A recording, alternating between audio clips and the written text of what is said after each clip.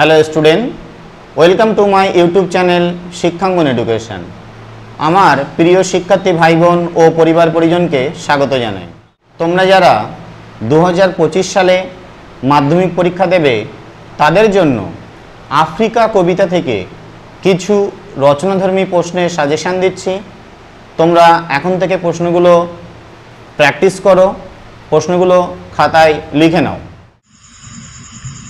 প্রথম প্রশ্ন, আফ্রিকা কবিতায় মানবতার মর্মবাণী ধ্বনিত হয়েছে, কবিতা অবলম্বনে আলোচনা করো।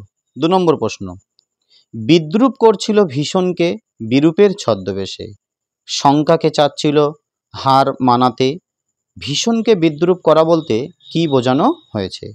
আফ্রিকা কবিতায় বিরূপের ছদ্মবেশে শঙ্কাকে হার মানানোর তাৎপর্য কবিতা অবলম্বনে বুঝিয়ে দাও।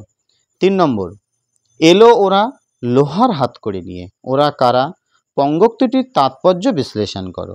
4 নম্বর, চিরচিহ্ন দিয়ে গেল তোমার অপমানিত ইতিহাসে, কাকে একথা বলা হয়েছে? কিভাবে তার অপমানিত ইতিহাস চিরচিহ্ন মুদ্রিত হলো? দাঁড়াও ওই মানহারা মানবীর দ্বারে, বলো ক্ষমা হিংস্র প্রলাপের মধ্যে, সেই হোক তোমার সভ্যতার শেষ পুণ্যবাণী।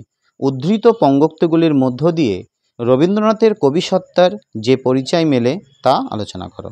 অথবা দাঁড়াও ওই মানহারা মানবীর দ্বারে, কবি কোন মানহারা মানবীর দ্বারে দাঁড়াতে বলেছেন? আফ্রিকা কবিতার বিষয়বস্তু অবলম্বনে আলোচনা করো। 6 নম্বর, সেই হোক তোমার সভ্যতার শেষ পুণ্যবাণী, কোন প্রসঙ্গে এই উক্তি? উক্তিটির তাৎপর্য বিশ্লেষণ করো। 7 নম্বর, আফ্রিকা কবিতায় সাম্রাজ্যবাদী শক্তির বিরুদ্ধে যে প্রতিবাদ ধ্বনিত হয়েছে তা নিজের ভাষায় আলোচনা করো। 8 নম্বর, হাই ছায়াবৃতা, ছায়াবৃতা বলার কারণ কি? তার সম্পর্কে কবি কি বলেছেন তা সংক্ষেপে আলোচনা করো।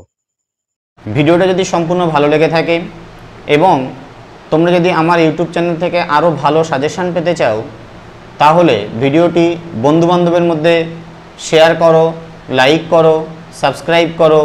ধন্যবাদ।